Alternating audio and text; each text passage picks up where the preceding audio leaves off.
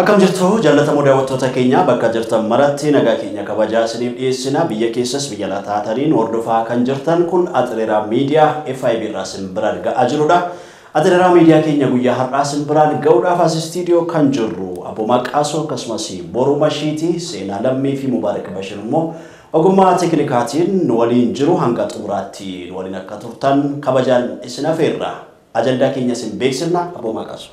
Tole ajandaa keenya yoo irraa eegalle keessuma yeroo baay'ee kan dubbachuudhaan beekamnu dhimma hongee Itoophiyaa wajjin wal qabatee isarratti daawwattoota keenya biraa gabaasaalee jiru maal akka fakkaatu kan biraan geenyu ta'a akkasumas gama biraatti ammoo torbee kana keessa ayyaanni Adawaadha kabajameeti kan inni jiru taateewwan ayyaana kana irratti raawwatan maal fakkaatu kan jedhu irrattis kan daawwattoota keenya biraan geenyu jechuudha. Boruu Bashir dhimma Itoophiyaa wal qabatu keessa dhimma wixinee seeraa Ameerikaan baachee wal qabatee waan lama sadii irraa waan dubbannu qabna gama kaaniin immoo dhimma ijoo miidiyaalee addunyaa guddaa akka ta'e dhimma Yuukireenii fi Raashiyaa irraa gabaasaaleen haga torbee kanaa jira maal fakkaata miidiyaaleen maal jedhaa jiru maaltu deemaa jira akka jedhu irraa hin dubbannu. Hayyiga daawwattoota keenya haga xumuraatti irra deebinee ammasiin waliin turaasiniin jenna akkuma amma waayiloonni koo kaasaa turan ajandaalee gurguddaa arfan kanarratti kan waliin jenni turru ta'a. Keessumaa gaa biyyattii keessatti keessumaa addatti immoo Oromiyaa keessatti jechuudha hongeen godinaalee 8 mudate bara kana keessa jechuudha. Uummati Oromoo irra jireessaan hongeedhaan yookaas immoo balaa adda addaatiif akka saaxilamu qabeenya isaas ofii isaas akka inni dhabu taa'eeti kan inni jiru. Godinaalee 8 kana keessa ammoo godinni Booranaa fi godinni Gujii akkasumas immoo Baaleen warra irra jireessaan saaxilamoodha balaa kanaatii fi deeggarsi namoomaa gara sanatti geeffamaa jiru uummata kanallee baay'ee dandamachiisuu akka hin dandeenye loon isaanii jechuudha baay'ee miidhama guddaa keessa akka jiran namnillee waan nyaatuuf yaaddoo guddaa keessa akka jirudha kan himamaa jiru. Egaa keessumaa godina Gujii keessatti aanaaleen baay'ee rakkoo guddaatiif saaxilamanii jiran deeggarsa atattamaa barbaadanii qaqqabuudhaaf jechuudha koreen dhimmi isaa ilaallatullee hawaasa sana keessaa kan ba'an dhalattooti naannoo sanaa jechuudha ijaaramanii deeggarsa namoomaa walitti qabaadha kan isaan jiran jechuudha.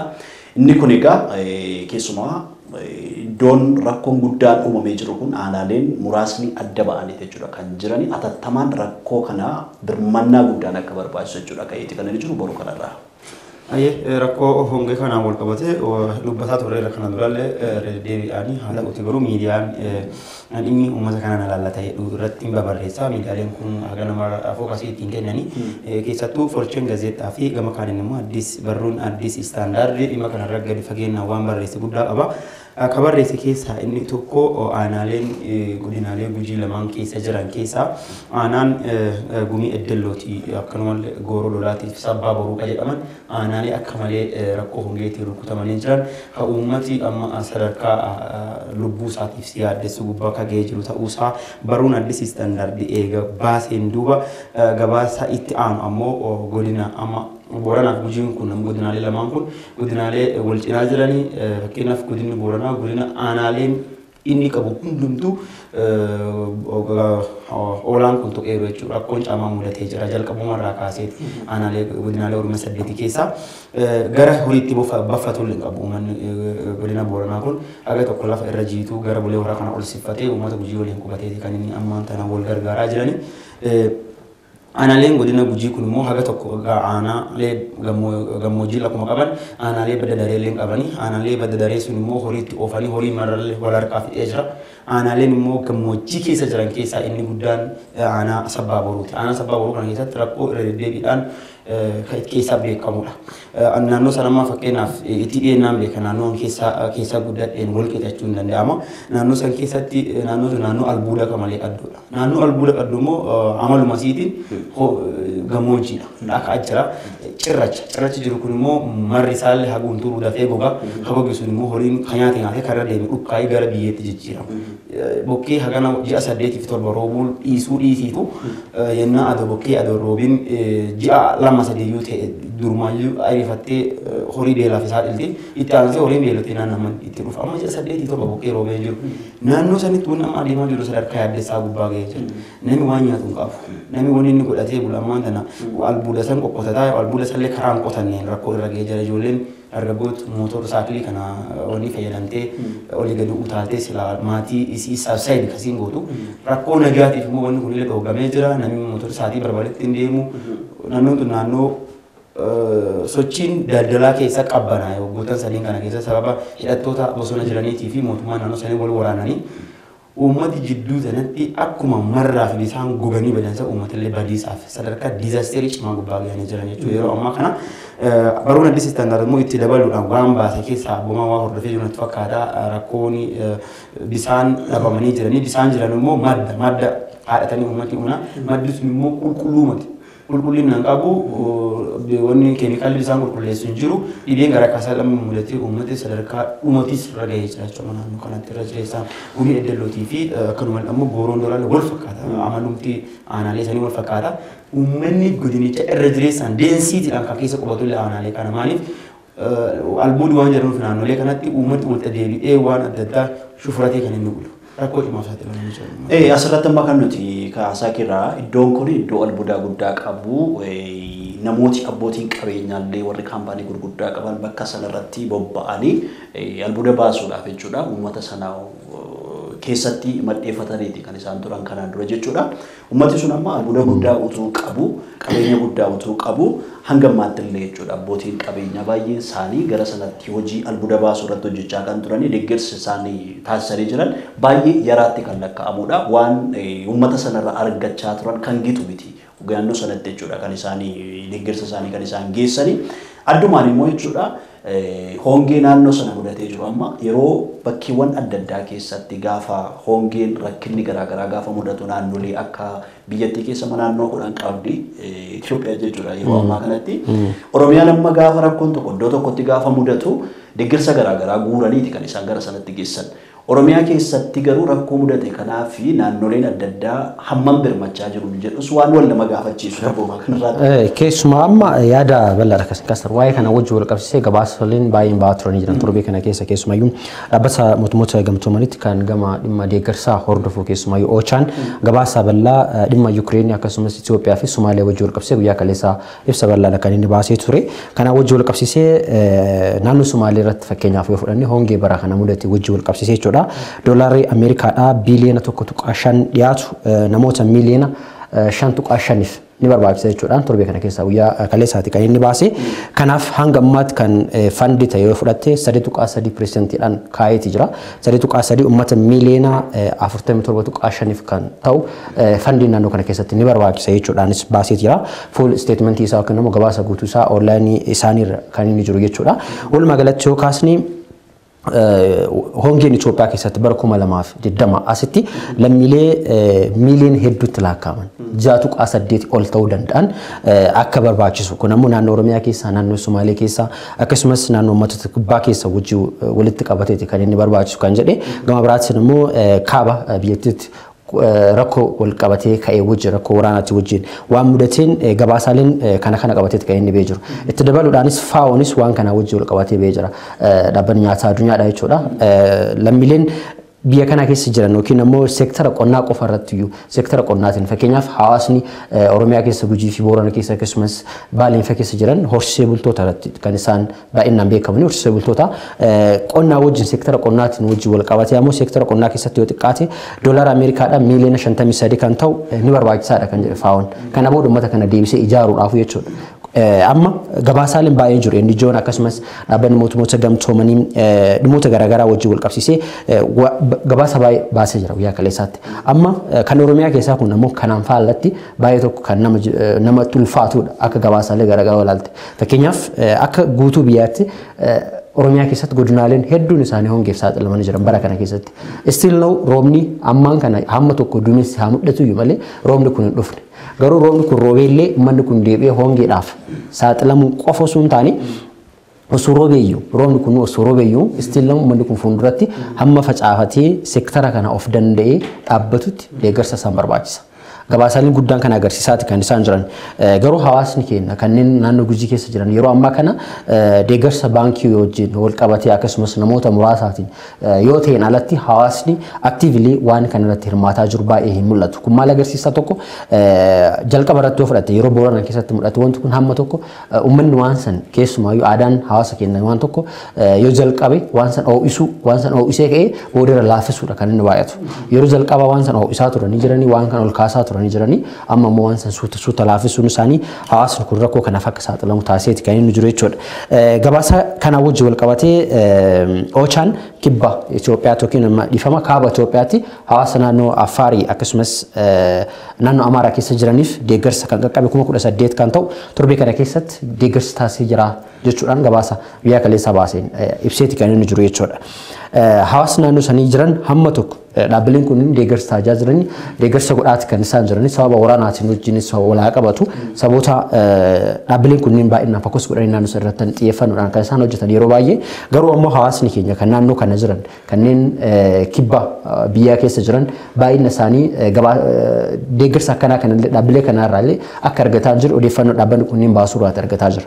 Kana irratti namoonni itti jireessaan jiran xiyyeeffannoo itti kennuutti qabanii atis akkuma jalqaba irraati kaaste hawaasni keenya baay'ina isaanii yoo walii isaati wal deeggare malee dhaabbileen maanuu kan biyya kana keessa socho'an dhaabbileen akka FAOdhaa yookiin Ochaa uumamaa jedhan kunniin iyyuu baay'inaan hawaasa kana deeggaruu irratti laafessa baay'ee tokko xiyyeeffannoon isaanii gamma iddoo itti xiyyeeffataniitti qofatti kan isaan taasisanii bal'inaan gabaasni barruu relief weebiin waan kana irratti bal'inaan katabeeti kan jiru jechuudha. Asirratti amma kan nuti beekuun nurra jiraatu keessumaa amma deeggarsi uummata Oromoo kan ammatti kaastee walii isaati yoo wal birmatee walii oolchuudha yoo baate beela wal baasuudha yoo baate wal deeggaruudha wal bira dhaabbachuudha yoo baate sabaaf sablammooti biyya kana keessa jiran quuqamni fi aantummaan isaan uummata Oromootiif qabanii baay'ee yaraa akka ta'edha kan sitti argisiisu yeroo baay'ee Oromoon walii isaa malee hin qabu gaafa jennu ragaa qabatamaadhaan waan yeroo rakkoo uummata Oromoo mudate irraa kaaftee ilaaluu dandeessa yookaas arguu dandeessa jechuudha.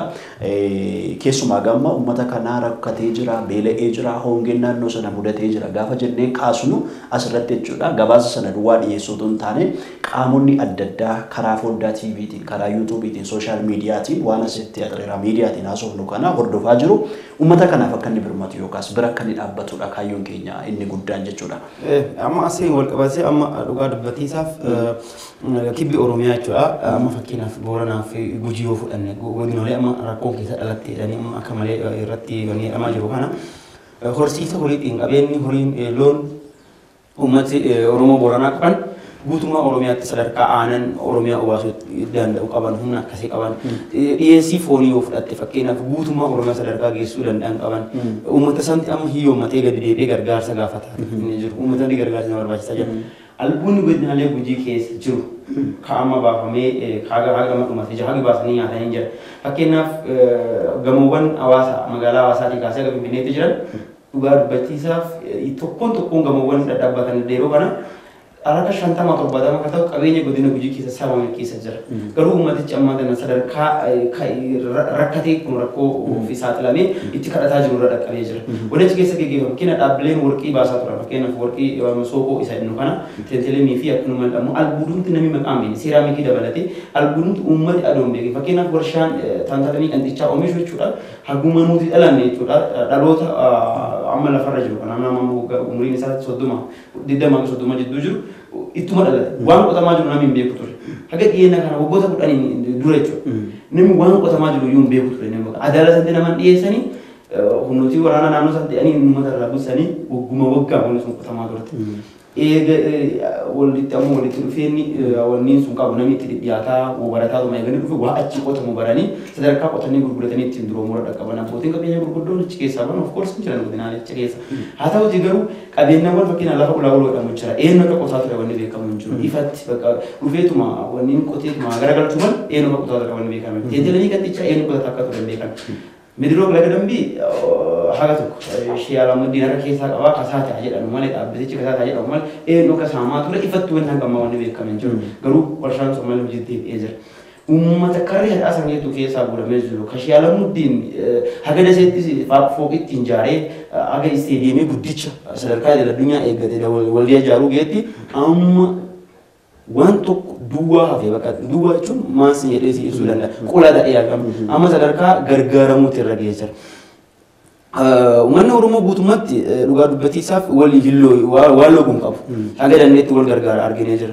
Garuu qaamoleen dhimmi kun akka uummanni kun gargaaramu godhuu qaban fakkeenyaaf warri public figure ta'an hin jiru. Gama kaan immoo artistoonni hin jiran. Amma fakkeenyaaf yeroo godina Booranaatti rakkoon akkasii sun mudatee ture akkuma jalqaban hottee ka'eenti akkaataan uummanni Oromoo walitti reebaa ture namatti tola. Garuu uummanni kun ammallee gargaarsa hin argan. Dhaabbileen hagammaa achi dhaqanii uummata kana gargaareera jedhanii uummati himataa jiru.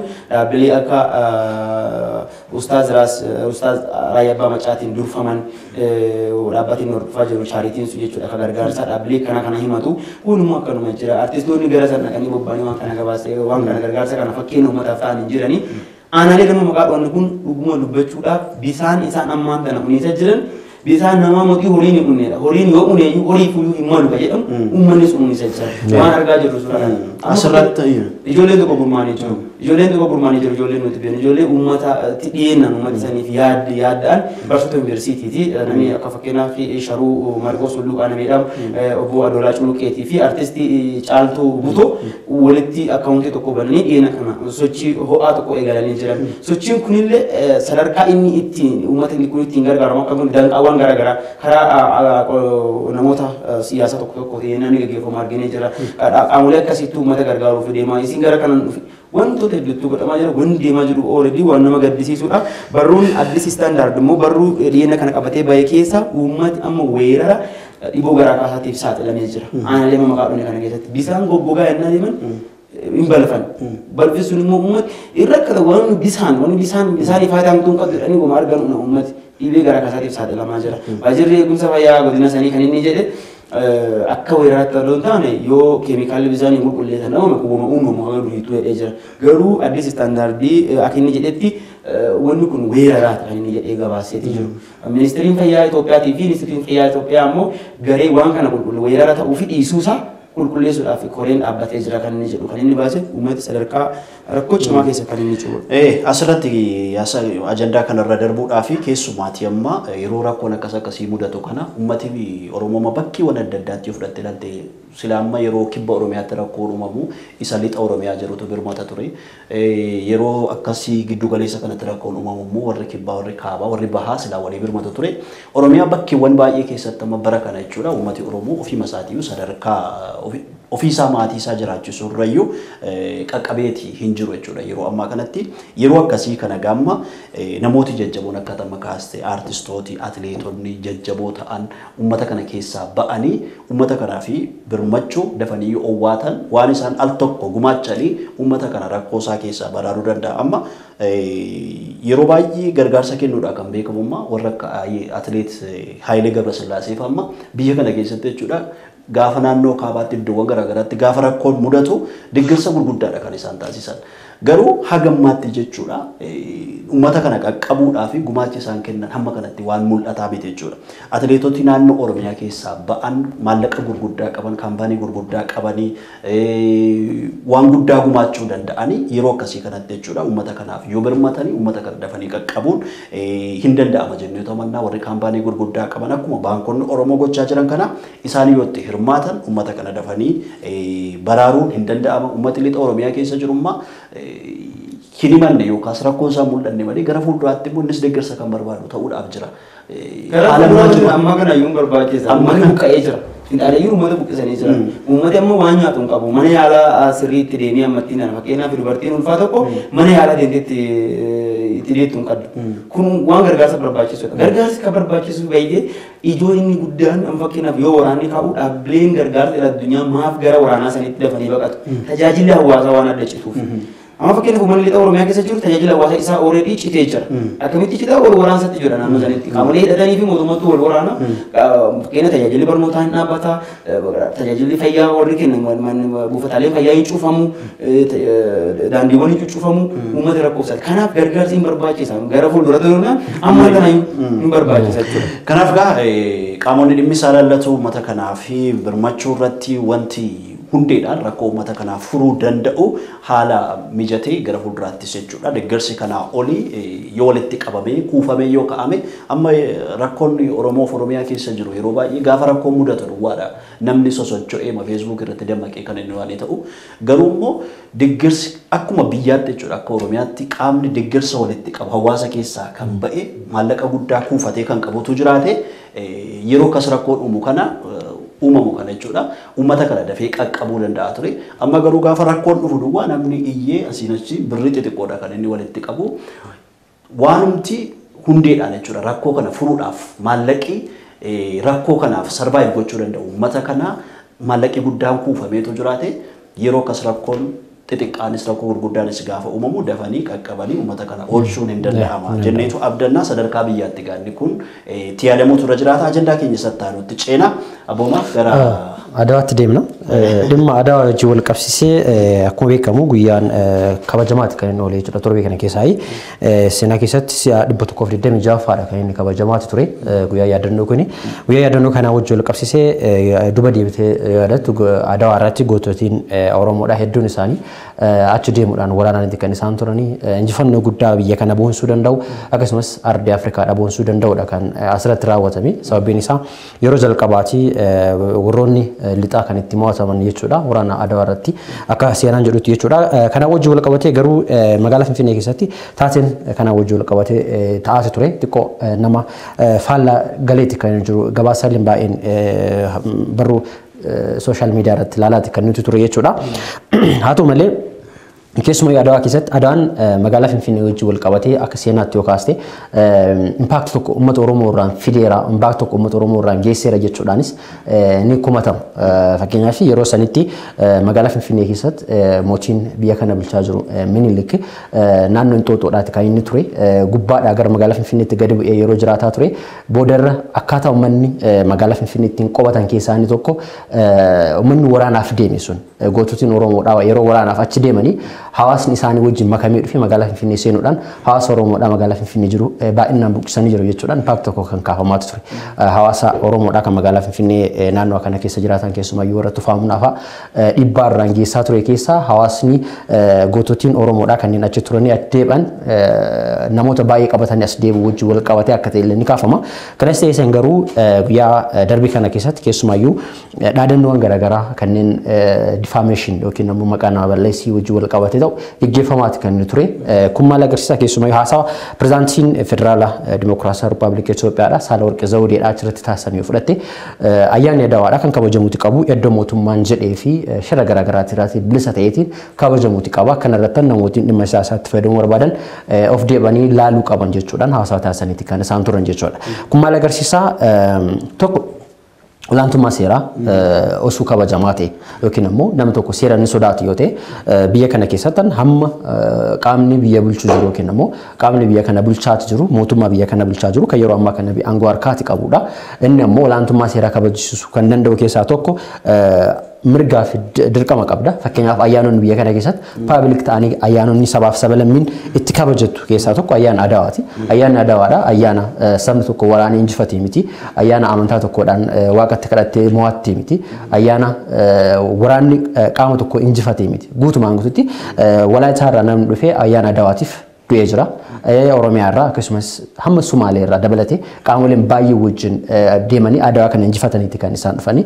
Kanaaf ayyaanni Adawaadha ayyaana sabaa fi sablammoota uummattoota Itoophiyaa jedhamuudhaan kan inni beekamu. Kana qofaa miti ayyaana Afrikaanotaas jedhamuudhaan kan kabajamu. Haa ta'u malee seenaa kanaayyuu qaamni baay'een hin beeku ture. Garuu ammoo erga artiist Haacaaluu Hundeessaadha yeroo darbe dhimma kana yaadachiisuu wajjin wal qabatee akkasumas ayyaanni kun ayyaana Oromoo ta'uu qofa osoo hin taane ayyaana ijoolleen Oromoodha ayyaana goototiin Oromoodha farda isaaniitiin asii achi deemanii waraanaan injifatan ta'uusaa yeroo isaan bakka uummanni hawaasni bal'aan jirutti seenaa isaa dhugaadhaa ibsaati ture. Maaliidhaaf bakka nu barbaannetti hin kabajamne maaliidhaaf iddoo nuti hin feenetti hin kabajamne jechuudhaan guyyaa kaleessaatti taateen tokko kan ta'aati ture. Kun maal agarsiisa mootummaan olaantummaa seeraa fudhachuu danda'a. Biyya bulchaati kan inni jiru. Erga biyya bulchaa jiru ammoo qaamoleen dhimma kana gama siyaasaatti fiduudhaan waan kana siyaasaa wajjin wal qabsiisanii ayyaana kan ayyaana nama dhuunfaa yookiin ammoo namni sun dhaqee loluu isaa osoo hin beekin yookiin ammoo bakka taa'ee quuqee laaluu danda'a waan biraa gochuu danda'a garuu kan itti lolee injifate hawaasa bal'aa waan ta'eef ayyaana kana akkasittan kabajamu osoo qabu gama biraatiin difaamishiin yeroo mul'ate torbee kana keessa daawwannee kan jiru jechuudha. Asirratti amma kan nuti gaafsoon irra jiraatu ayyaanoti keessumaa ayyaana biyyoolessaa jedhamanii beekamanii biyya kana keessatti keessumaayyuu magaalaa walmorkii siyaasaa guddaa taate magaalaa Finfinnee keessatti jechuudha rakkoon kun deebi'eeti kan inni mul'atu. Ayyaanni cuuphaas yeroo dhufu ayyaanni irreechaa yeroo dhufu ayyaanni masqalaas yeroo dhufu magaalaa Finfinnee keessatti jechuudha murnooti yookaas immoo gareen finxaaleeyyii magaalaa kana keessa jiranii yeroo isaan itti atakaaroo yookaas immoo mormii hin qabne yoomiyyuu mul'ate hin beeku jechuudha.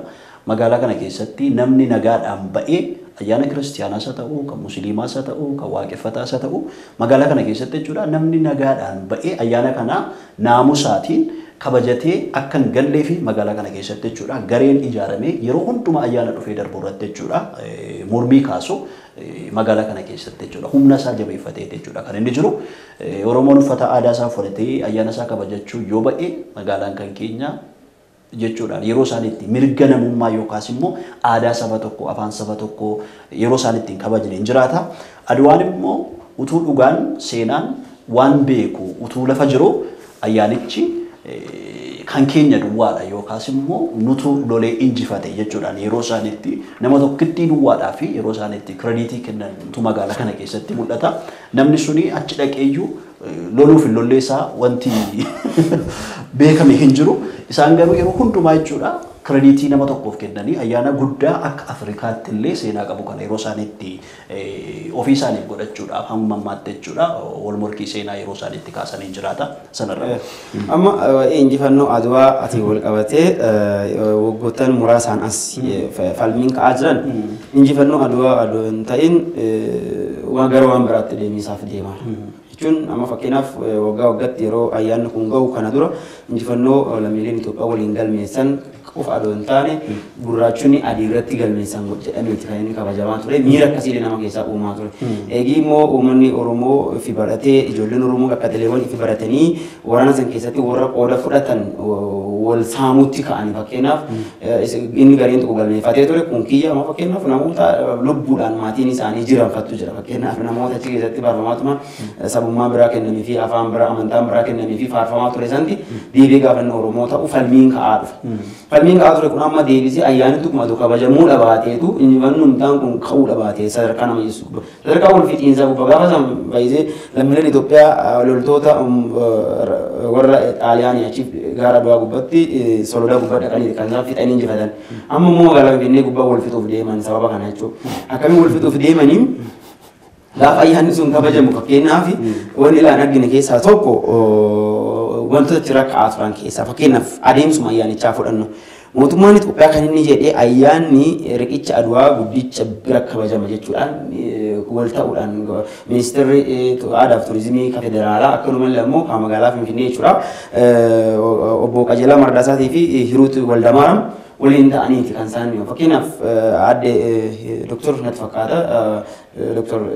Hiruut Waldamaaram kana dura kan isaan turan ministeera aadaa fi turizimii Itoophiyaati. Deebi'anii immoo kan magaalaa Finfinneetti gadi bu'anii obbo Qajeelaa Mardaasaa immoo ol dhaqanii hoogganaa olaanaa ta'an. Jara lamaan waliin ta'aniiti kan isaan qaama murtee qaama mootummaati murteen kun. Dilbii Adwaa jala kabajama malee marfata Minilikiitti hin kabajamu kan jedhan. Gaafa san fuulleen gabarii ka'anii uummanni garam deemee jechuudha uummata doon taane gareen finxaaleeyyii warra faannoo Amaaraa garam deemanii keessaayyuu dursaan paartii Baaldiraas kamareef mana dhaatii bahe reefii tana raaqa keessa dhaabbatee ka'ee uummata Oromoo irratti duguuggaa sanyii kalabse. Hidhattoonni faannoo Amaaraa meeshaa mootummaa irraa guuratanii hidhatan kanaan naannoo Oromiyaa seenanii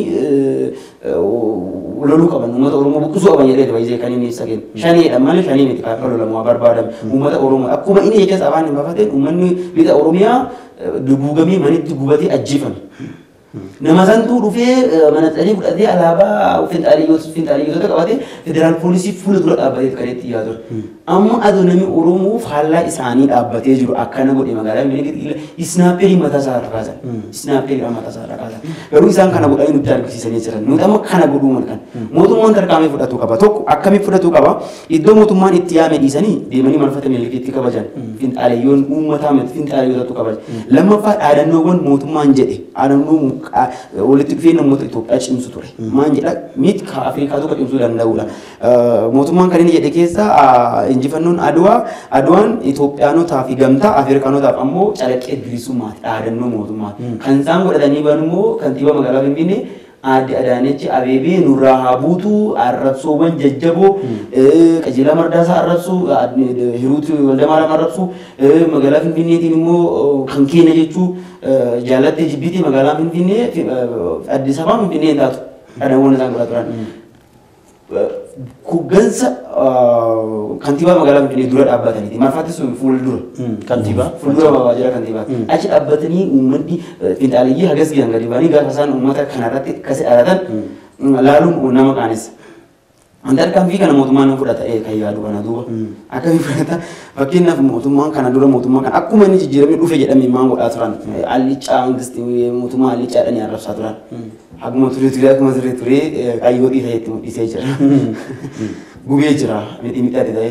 Amma immoo waan amma godhaa jiran kanaan jarri kun hin qaanfatuuf jiran.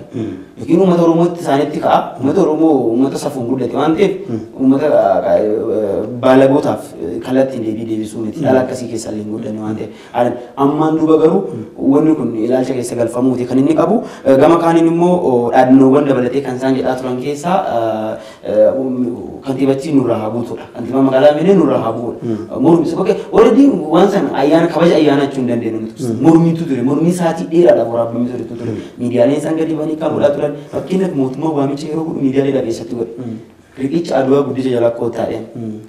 Miidiyaaleen warra finxaaleeyyotaa leellisan garuu eessatti kasaan baanii marfata miiligeetti baaniitti kan isaan qabajan. Alaabaan hin qabatamu jedhan akkuma dhalate dursaan paartii Baaldiraas akkuma dhaabbate alaabaa kana qabannee Finfinnee galqamu jedhu godhee nu argisiisaa jira. Wanti isin eegistii kan waliin ilaallu ta'a jechuudha. Jarri waan hin gooneedhaan waan hin goone hin qaban. Hin goone waan jedhan hunda isaanii mirkaneessanii jiran. Kanaaf mootummaan tarkaanfii fudhata inni kan nuti yaadnu. Amma magaalaa kana keessatti yeroo baay'ee jechuudha isaan amma waan sabaaf sablammootii biyya kana keessa jiran itti amanan ofii isaanii duwwaadhaaf kan isaan fudhachuu barbaadanii kirediitii isaa jechuudha akkuma jalqaba kaase magaalaa kana keessatti amma mootummaan isaanii tiriitii gochuudhaa fi wanti inni hin goone jiru mootummaan jechuudha galmi aadaa uummata Amaaraa magaalaa Finfinnee keessatti akka ijaaramuu fi lafa kaarii hedduudha kan isaan fudhatanii jiranii. Sanaan iyyuu tuuggabiin jedhin jechuudha. Waan kanaan dura darbee seenaa darbeeyyuu kan ofii isaanii godhachuudhaaf kan isaan yaadaa jiranii Finfinneen kan keenya nutu bu'uureessee Finfinnee keessatti nuyi gahee leencaa argachuu qabna biyya kana nutu tokkummeessee nutu ijaaree inni isaan jedhan suni magaalaa kana keessatti jechuudha. Murni xiqqaan nama magaalaa kana keessatti jechuudha. Dhimma siyaasaa irratti illee hubannoo guddaa hin qabne duukaa garee muraasii hiriiranii yeroo isaan itti magaalaa kana jeeqan hin jiraata.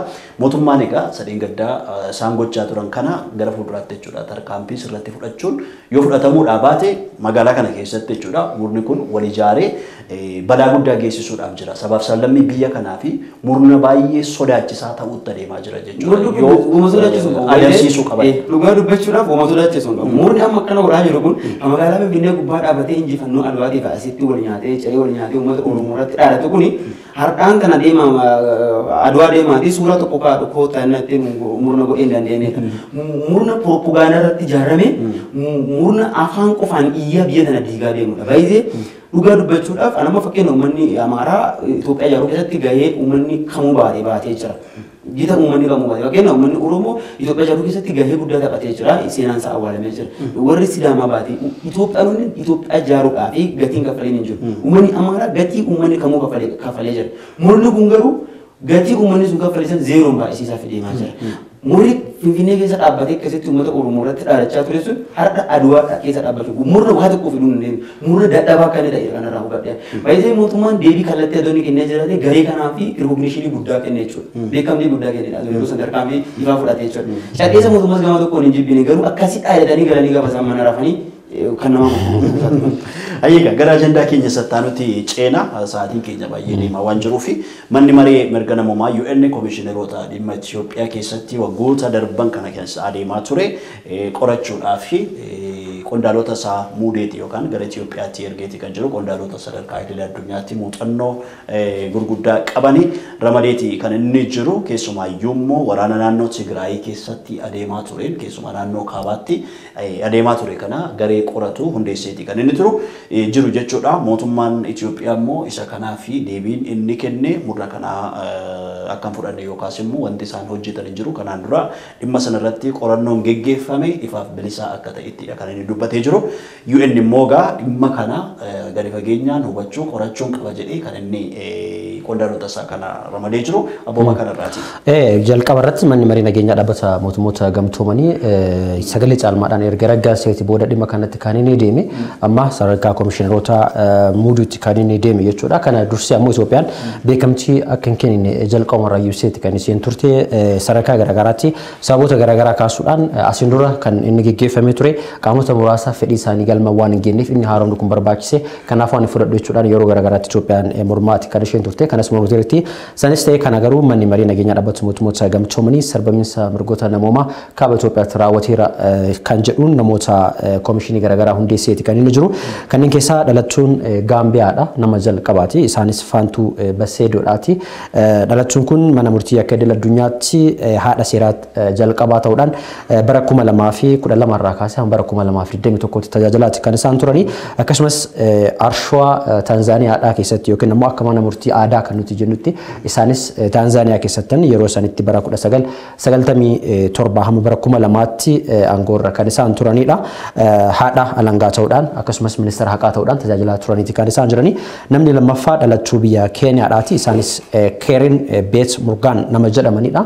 Isheen dhalattuu Keeniyaadhaa yeroo ta'an keessumaayyuu dhimmoota garaagaraa wajjin wal qabsiisuudhaan maqaan isaanii kan isaan ka'u yeroo baay'ee akka fakkeenyaatti ammoo rakkoowwan biyyoota garaagaraa keessatti mudatan dhimmoota dubartootaa wajjin wal qabsiisuudhaan fakkeenyaaf Siriyaa keessatti gadi fageenyaan jechuudha dhimmoonni dubartootaa yookiin ammoo sarbamiinsa mirgoota dubartootaa yeroo raawwatametti duuka bu'uudhaan hordofaa akka turanis kaafameeti kan isaan jiru duuka bu'uudhaan dhimma kanas hordofaati kan isaan turanii akkasumas Steven Reiter namni kun ammoo lammii Ameerikaadhaati nama seeraati barumsa seeraatiin nama muuxannoo qabanidha akkasumas piroofeesarummaa irratti kan isaan qabanii dhaabbata mootummoota gamtoomanii keessatti ogeeyyii dhimmoota Kamboodiyaa fi Sri Lankaadha yeroo rakkoon gamasan ture qoratanii nama turanidha akkasumas Fannoo Diimaatis kan isa Jeenevaatti argamullee deeggaruudhaan nama beekamanidha. Walumaa galatti komishineroonni kunniin sadan wal ta'uudhaan pirezidaantii mana marichaa ambaasaaddar Federik Vilgaasaa fa'aa wajjin ta'uudhaan dhimma kana akka hojjetaniif muudamaniitti kan isaan jiranii kaayyoon isaanii inni guddaan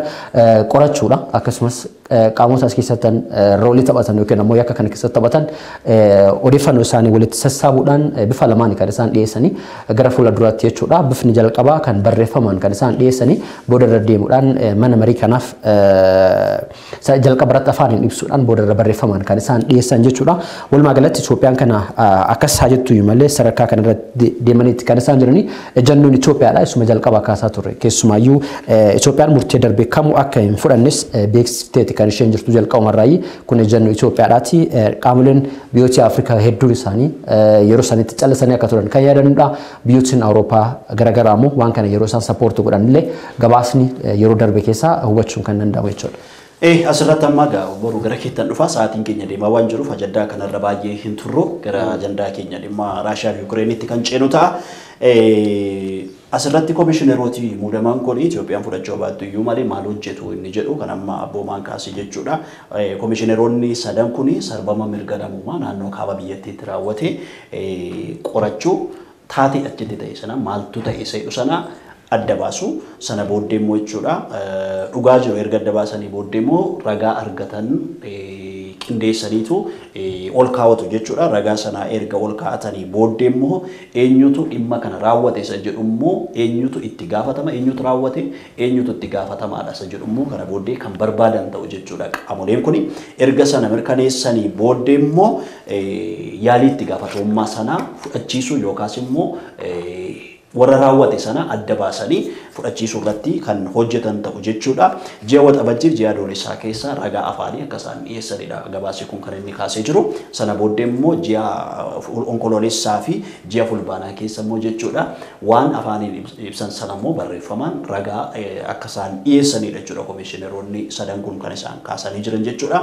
Walumaa galatti egaa waan naannoo kaaba biyyattiitti waggaa tokkoof lola deemsifameen raawwatame sana Itoophiyaan ejjennoo isheen qabattee jirtu ofii isheetii qaama walaba ta'een qorattee akka jirtu yookaas immoo sana adda baastee akka jirtudha. UN immoo sanatti quufuu dadhabuudhaan kan inni komishineroota sadan kana ramadee jiru jechuudha. Dhimma kanaan wal qabatee amma gamtaan mootummootaa kun dhaabbata kolaafamee jirudha. Dhaabbata humna hin qabne. Dhedheetuma wanni godha malee akka inni humna hin qabne weerara Raashiyaan Yuukireen raawwatte irratti arginee jirra. Kana maleeyyuu yakkoonni gurguddoon karaa adda addaatiin fakkeenyaaf wanni birmadummaa caaleen jiru addunyaa kana gubbatti United Nation kan inni barbaachiseef biyya birmadummaa qabdu tokko humnaan wal caalti biyyi kamuu fakkeenyaaf naafatti wal caalaa qaamoleen hedduu wal caalan dhuunfatti kanaaf seera barbaadameef namoota kana wal qixa gochuudhaaf isaan teessuudhaaf dhaabbata. United Nation qaamoleen isaa guddaan biyyoota wal caalan kana birmadummaa keessaa walirraa mulqannee fi humna jabaa tokkotu barbaachisa jedhamee waraana addunyaa lammaffaa duuba kan inni dorgorame eegee walgahanii duubatti Awurooppaa gas dhukkee taatee Ameerikaan immoo humni isii jabeeffataa dhutteen duuba ijaaranii biyya akka Raashiyaa fi Awurooppaa keessa humna qabdu immoo hin barbaanne waan kanaan guddoo keessatti hirmaatee sanfaan hin feene dhaabbanni amma fakkeenyaaf qulqulleessanii gaafa uummanni kun akkana wal fixaa jiru harka marattee ta'aa turte loltoota dhibban caalan Itoophiyaa tasgabbeessuu dandeette turte United Nation garuu hin goone amma ibsa baasuun kun waan faayidaa guddaa qabu natti fakkaatu gama Ameerikaatiin dhimma kanaan wal qabatu wixineen seeraa tokko bahee jira ka HR 600 jedhamu tokko bahee jira isa wal qabatee maani keessa qaba ka jedhuu fi dhimma nagaa Itoophiyaa maallaqa yookiin investimentii immigireeshinii yookiin waa'ee baqattootaa inni ilaallata. Isa wal qabatee fi mata dureen inni ittiin seeru ittiin qophaa'ee Itoophiyaan stabilization peace and democracy jedhu tokkoon dhaabatee wanni inni amma irra kaawwafatee jiru haga danda'ametti waraana kaaba Itoophiyaatti gaggeeffame keessatti qaamoleen achi keessa jiran itti gaafatama mataa isaanii dursanii akka isaan fudhatan kan inni jedhu yoo isaan kana didan immoo rooggaa fiizaa gatuu fi deemanii fiizaaf qabeenyaa jechuudha. Fakkeenyaaf qabeenyi aangawoota TPLFis ta'e koora badhaadhinas ta'e biyyoota adda addaa keessa jiru akka inni hin munyuunetti kaawwan isaa jechuudha. Seerri kun kan keessaa qabatu kan immoo fiizaawwan warra qaban fakkeenyaaf isaan gara biyyoota Ameerikaa hin deemne gaafa dura godhamaa ture san isa irratti hojjetiisaa fi gama kaan immoo murtee dhaabbileen faayinaansii kan idil addunyaarra jiran warri akka International Monetary Fund fi gama kaan immoo World Bank fa'aa gargaarsa gama waraanaatiin gama mootummaa fayyaduu danda'uun yookiin waan tokko uumuu danda'uun akka inni hin godhamneef haayawwan isaanii guddaani. Inni kun hin ta'uun inni waan gara duraatti ilaallu keessayyuu hoogganoonni Itoophiyaatii fi Eertiraa qoqqobbii kanaaf akka saaxilaman ta'uudha. Wixineen seeraa kun kan inni ibsu jarri ammoo didattee jirtu. Hoogganoonni Itoophiyaatis kan Eertiraatis akka hin fudhanne didattee kaasee jirtu. Yeroo ammaa kana biyyi Ameerikaa duraan dhaabbanne hin jirtu. Ameerikaan amma salphataatti kasiin deemaa jirtu waan ta'eef gara ajandaa keenya kalammeessootti yoo dabarre ajandaa guddaa idil addunyaa san dabarre irraa haasofne dabalatu fakkaata.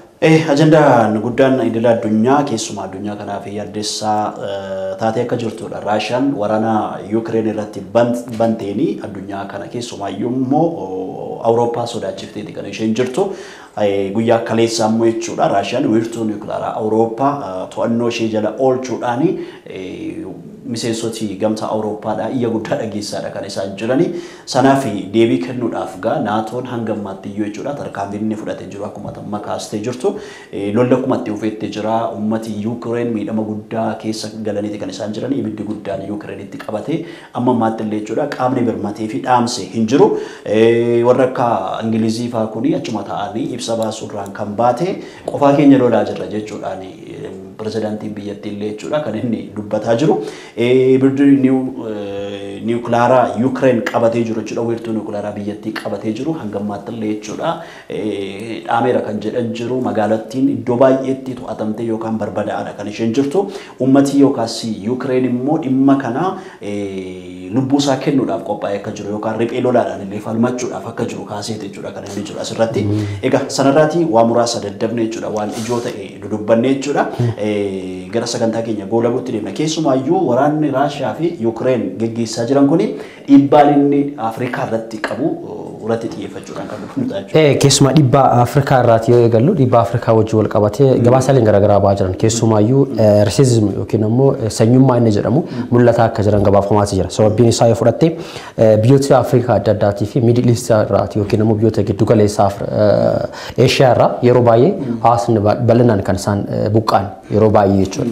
Hawaasni bal'inaan buqqaan kun maaliidhaaf yeroo kaan rifuujii ta'anii yeroo isaan baqatan biyyoonni Western yookiin immoo biyyoonni Awurooppaa jedhaman maaf hin simatanii hawaasa kan fakkeenyaaf Siiriyaa keessa namoonni baqataa turan jiranii Liibiyaa fi Morookoo irraa dabalatee hawaasni bal'aan yeroo biyyoota Awurooppaatti ce'uuf deemanii yeroo isaan galaana keessatti dhoowwamaa turantu jira. Garuu ammoo yeroo amma Yuukireen ta'utti maaliidhaaf biyyoonni Awurooppaadhaa afaan bananii akkasitti fudhatan yeroo Middle East fi biyyoota Afrikaa ta'u ammoo maaf hin fudhanne jechuudhaan gabaasaaleen bal'aan ba'aa jiran. Akka fakkeenyatti kaasuudhaaf yeroo darbee namni lammummaa isaa biyya Koongoo ta'e tokko Yuukireen irraati yeroo gara Yuukireen keessa gallakkisee Poolaanditti darbuudhaaf yeroo inni jedhu hin darbitu jechuudhaan dhoowwameeti kan inni ture. Maaf dhoowwamte maaliif na dhoowwitan jennaani gani fudhadhu qawwee fudhadhuuti deemiti dhukkaasi naan jedhani jechuudhaan yeroo inni sagalee isaa dhageessifateeti ture. Kun maal agarsiisa biyyoonni addunyaa baay'een isaanii yeroo Afrikaanonni yookiin ammoo biyyooti namoonni gurraachi baay'een jiran raasizimiin waraana keessatti maaf barbaachise jechuudhaan illee gabaasni garaagaraa bahaati kan isaan jiranii kan wajjin wal qabatee gabaasaaleen baay'een bahaati jiran akka fakkeenyaatti kaasuudhaaf dhimma biraatiin wajjin wal qabatee jechuudha. Dhaabbanni mootummoota gamtoomanii dhimma deeggarsaa irratti hojjetu jechuudha. Komishiniin olaanaan Maartin Gritfield dhimma kana wajjin wal qabsiisee lammiileen Awurooppaadhaa deeggarsa guddaa gochuu akka qaban biyyoota Yuukireeniitiif uummata Yuukireeniitiif keessumaayyuu lammiileen biyyattii keessa jiran yeroo ammaa kana miiliyoona 12 ta'an Yuukireen keessa kan isaan jiran. Kanneen miiliyoona 4tti dhiyaatan ammoo rifiijii yookiin ammoo baqattoota ta'aniiti kan isaan jiranii. Kanaaf yeroo ammaa kana Yuukireeniif dachee dukkana jechuudhaanis ibsaniiti kan isaan jiranii. Gama biraatiin Raashiyaan dhimmoota garaagaraa yookiin ammoo qoqqobbii garaagaraas kaa'ati kan isheen jirtu. Akka fakkeenyaatti BBC raadiyoo kan BBC raadiyoo afaan Raashiyaatiin hojjetu uggurteeti kan isheen jirtu. Guutumaan guututti akka hin tamsaasne taasisteeti kan isheen jirtu. Deechweel akkasumas Deechweelii kan isa biyya Jaarmaanii jechuudha akka hin tamsaasne dhoowwiteeti kan isheen jirtu. Gama biraatiin ammoo reediyoo Liberty kan jedhullee dhoowwiteeti kan isheen jirtu. Kana qofaadhaa miti kaampaaniiwwan hedduun isaanii akka tamsaasan kennine taasisaniiti kan isaan jiranii. Biyyootni Awurooppaa adda addaa ammoo qoqqobbii garaagaraa irra kaa'ati kan isaan jiran. Pireezidaantiin Puutiin illee dhimma kana wajjin wal qabsiisanii ibsa tokko kenneeti kan isaan turan. Neetoon qoqqobbii ammaan kana booda yookiin ammoo biyyootni neetoo keessa jiran qoqqobbii kana booda isaan kaa'anii waan kana hammeessa malee furmaata fiduu hin danda'udha kan isaan jedhan. Kun maal agarsiisa biyyootni akkuma jalqaba boruun kaase neetoon puuppeetii ta'utti deemaati kan jiru yookiin ammoo gavarmentiin aangoo malee aangoo osoo qabaatin akkasuma dhaabbata ta'utti kan inni deemaa jiru. Sababbiin isaa maalidha? Biyyootni akka Laatiiviyaadha, Poolaand ittaansuudhaan biyyootni jiran kunniin yoo ammaan kana uummata kana yookiin ammoo Yuukireeniin keessatti waan kana dhaabsuu hin dandeenye hireen Awurooppaa bahaa kanuma guutummaa isaaniitu kana mudachuu danda'u jechuudhaan kaasaaniiti kan isaan jiran dhaabbileen gama entertainment yookiin ammoo bashannanaan hojjetan baay'een isaanii hojii dhaabanii jiran. Fakkeenyaaf Netflix tajaajila isaa yookiin ammoo oomisha isaa gama intarneetiitiin kan inni gurguraa ture as biratti boodarra hojii isaa kana booda dhufu yeroodhaaf gamarra jira jechuudhaan adda kutee jira. Tokko komii gamaatiin ka'aati jira. Komiin inni ka'aa jiru abbootiin aksiyoonaa kanneen dhaabbata kanneen keessaa sheerii qaban kanneen dhaabbata konkolaataa oomishu kanneen akka konkolaattota akka Jaguar fa'aa fudhattee Land Rover konkolaattonni baay'ee isaanii kan akka Rolls fa'aa fudhattee asirratti amma qoqqobbiin Raashiyaa irratti gatamee jiru biyyi dinagdee biyyattiitii baay'ee sodaachisaa ta'aadha kan inni jiru boru kanarraati dubbattaniiti abbooma harkatti kanan qabe keessumaa amma warri gamtaan Afrikaadha kan miseensota miseensa 55 of keessaatii qabu jechuudha. Walabummaa Yuukireen Raashiyaan sarbaa akka isheen jirtudha kan isaan dubbatanii jiranii. Pireezidaantii Puutiin immoo yeroo darbee jechuudha ibsa baasaniitiin isin waa'ee hiyyuma keessanii keessaa bahuudhaaf yookaas immoo rakkoo biyya keessan keessa jiru furuudhaaf malee waa'ee lola idil addunyaa haasa'uudhaaf mooraalii qabdan yookaan samileen qabdan jechuudhaan kan isaan tuffatanii dubbii pireezidaantonni Afrikaadhaa kennaa jiran kana yookaan deebii isaan kennaa jiran kana tuffatanii kan isaan dubbatanii jiranii. Keessumaa gamma lolli Awurooppaa keessatti jechuudha Yuukireen Raashiyaa keessatti qaqqabe kun erga guyyaa kaleessaa wiirtuu niwukileeraa Awurooppaa erga to'attee booddee riizaaltiin isaa maal ta'a kan jedhu Afrikaadhaaf yookaas addunyaadhaaf yaaddoo guddaa uumaadha jechuudha kan inni jiru sanarraati waa muraasa jedhiiti sagantaa keenya godhamna. Rakkoo amma dhiibbaan inni Afrikaa irra gahu keessa abbuma waan dansaa kaasee jira. Fakkeenyaaf Awurooppaatti guutumaan guututti rakkina cimaa kan inni geggeessee boba'aan dhabamaa kan inni jiru. Akkuma beekamu Raashiyaan boba'aa harka guddaa biyyoota Awurooppaatii fi raasuun kasiin beekamtu. Gaazii uumamaa immoo sadarkaa lammaffaatti akka addunyaattu kan si qabsuun beekamtu kun dhaabbatanii jiranii. Already amma wanni jiru maal jedha. Yuukireenii kasiin dhaanamaa jirtu oomisha meeshaalee waraanaa Raashiyaatiin kasiin gubataatiin kasiin jirtu. Haa ta'uutii garuu waraana kana keessatti wanni mul'ataa jiru Yuukireen immoo yoo boombiin asitti niwukileeraan isiin dhaanantu Raashiyaan maddii qaaniin gama dinagdeen buututaatti kasiin jirtu. Qoqqobbiiwwan isii irra kaa'amanii jiran baay'ee Raashiyaan jechuudha haga dura dhaabbattee waraana koo gadeeme deemee waraanni qabbanaamuusaa waa oolu miti. Gaafa waraanni kun qabbanaa rakkoon Raashiyaa Yuukireen haga tokkoon qabbana. Garuu amma Raashiyaa irraa gatamaa deemu kun kan itti fuufudha. Fakkeenyaaf qoqqobbii dhaabbileen isii gurra gadhame kun hundi isaanii suuta malee kasaan overnight miti kasaanii qoqqobbii irra gatamaa jiru. Asirratti amma doolaarri tokko kanaan dura birrii 41 kan ture maallaqa 41 kan ture 117 gale. Akka malee irra dabalee jira. Qoqqobbiin irra gaggatame kan niwukileera caalu. Amma Putin waan kana yoo aaranidha. Qoqqobbiin kun amma namicha kana yoo wareersee namicha kuutaalee niwukileera dhukaasuu danda'a. Amma fakkeenyaaf wanni inni barbaadu kaayyoon isaa inni ijooni Putin wanni inni barbaadu boroo Yuukireen sakatta'uudha. Boroo san sakatta'ee akkaataa ittiin waan isiin gola keessaa qabdu laaluuf kan inni barbaade. Waan isiin gola keessaa qabdu waan tokko si dabaluudhaaf biyyooti tokko na ajaa'ibe biyyoota 46 keessaa 39 sagalee kennanii biyyooti 19 immoo filannoo isaanii kan taasisanii biyyoonni lama ni morman biyyoota lama morman keessaa takka Eertiraadha. Eertiraan maaliif kana goote? Waan jiru ilaaluu barbaada. Eertiraan maaliif mormite ka jedhu na ajaa'ibee jira. Puutiin waggaa 30 bulchee jira. Akkasumas pirezidaantiin Isaayyaas Afwerqi illee waggaa 35 ol bulchaniiti kan isaan jiranii saayibummaa wahii qabu maalidhaa fi kan jedhu tokko wanni warri lamaanuu maal jedhama Puutiin namoota jajjaboo Raashiyaan qabdu kan inni waliin jiru keessaa tokko ministeera haajaa alaati ministeera walaayyaa isaati garuu murteewwan fudhatetti warri isa gorsaa turan dogoggora raawwatanii jiranii Puutiin amma murtee Yuukireen weeraruu kana kasaa yaadan gaafa koronaa vaayirasii koronaatiin qabamanii qofatti ciisaa turanidha kan isaan waan kana yaadaa turan. Murtee inni fudhate suni biyyoonni akka Chaayinaa faallaa Ameerikaadhaan hundi isa faana waa'ee irratti fakkaata. Chaayinaan jireenyi isii irra hundaa'u qorqoorroodha. Qorqoorroon isii harkatti rukutamte taanaan biyya amma argan kanaa daakuu taate. Kanaaf jettee waan biraa torbee kana keessa taateen ta'a ture keessa akkaataan Puutiin itti ta'anii namoota isaa wajjin mari'achisaa turan nama ajaa'ibee jira. Fakkeenyaaf barcuma asii dheeratee hamma eessaa gahu kophaa isaanii ta'anii ofuma isaallee akka amanamannee fi gorsitoota isaallee akka amanne himamaati kan inni ture. Keessumaayyuu erga COVID dhufee booda hawaasni addunyaadhaa maal eegaa ture COVID irraa bahee rilaaks gochuu kan isaan barbaadanii Puutiin immoo fageenya kana eeggatanii meeshaa isaanii qaratanii addunyaa raasuu akka ta'e qoosamaati kan inni jiru sa'aatiin keenya baay'ee deemaa jiru baay'ee akkasumas batamee dhufu namichi kun nama laalleellee hojii akka argan kana wanni qodhanii dhufanii nama buufatee xiyyaaraa niwukileeraa guddichi Zapaariizizaa Riziziyaa kan jedhamu suni Yuukireen keessatti isa guddaadha. Awurooppaa keessatti immoo isa guddaadha. Akka addunyaatti immoo buufataalee niwukileeraa gurguddoo jiran 10 keessaa tokkodha. Amma addee sanitti yaaliiwwan isaan godhaa turan fakkeenyaaf haleellawwan naannoo sanii godhamaa turan aduu guutumatti addee sanirra bu'aniiran ta'ee naannawi Yuukireen sun walakkaa'uun balaa guddaaf saaxilamuu danda'a. Ibidda wanni kun kan inni uumamu Yuukireen walumaa galatti anniisaawwan qabdu keessaa ifa argatiisaa fi harka walakkaan olii niwukileera akkasiin fayyadamtu buufataalee akkana kanarratti xiyyeeffatuun isaa balaa guddaaf biyyattii saaxiluu danda'a. Daandii already Awurooppaan gara waraanaatti akkasiin deebi'usii waan mul'isu biyyoonni ollaa san jiran fakkeenyaaf miseensota naatoo ta'an garuma Yuukireen kanallee goruu dadhabanii aga tokko dhaadhisuu filatanii jiranii warri kun immoo warra akka Belaaruus fa sadarkaa Yuukireen gargaaruutti kan isaan deemanii jiran warra addunyaa sadaffaallee ka'uu danda'a yaaddoo jedhu jira adeemsa keessa wanni bor dhalataan beekamu Puutiin wanni hin goone hin jiru baay'ee wanni hin goone waan hin godhamu hedduu wayii argee jira waan ta'eef niwukileera sana harkisuu danda'a qoqqobbii kanaan waree namichi kun waan inni eegee fi wanni ta'aa jiru garaagara amma fakkeenyaaf wanni as keessatti dubban irra dabaluudhaan isaatiin keessa dhumatee jira dhiifama lubbuu baraartonni Yuukireen seenaa guddaa galmeessaatti kan isaan jiran. Ibidda biyya isaaniitti qabataa jiru fuuldura dhaabatanii aduu rasaasa fayyadamuun isanii mana isaanii gubatu qabeenya isaanii barbaadu kan isaan dhaamsutti jiran kun immoo seenaa guddaadha biyyaaf haggamta akka gatiin akka kaffalamu dhugummaadhaan gareen kun mul'isaati kasi. Puutiin amma gara jabeessa ta'uusaa kan sitti argisiisu ofii masaatiiyyuu ibidda waraanaa gidduutti waan dhalatee fi waraana addunyaa lammaffaa gidduutti waan dhalatee fi isaaf amma waraanni baay'ee akka xabaatti yeroo inni itti ilaalamullee jiraachuu danda'a. Egaa dhimma kanarratti kana yoo jenne keessumaayyuu jechuudha odeeffannoon kan biraan nuti xumuru dhimma biyya keessatti irratti jechuudha.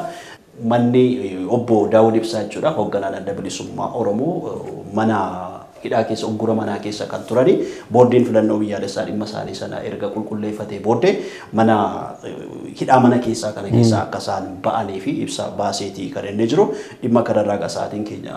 Sa'aatiin keenya deemee jira garuu hatantamaan akka ba'an akeekkachiiseeti kan inni jiru keessumaayyuu uggurri manaa keessa kan isaan turani gama waggaa tokkotti kan almost dhiyaatu boordiin filannoodha gabaasa BBC'n qabatee ba'e akkasumas Addis Standard irraa bal'inaan torbee kana keessa qabataniiti kan isaan jirani hatantamaan akka gadi lakkisan kan jedhu gabaasni kan jiru jechuudha.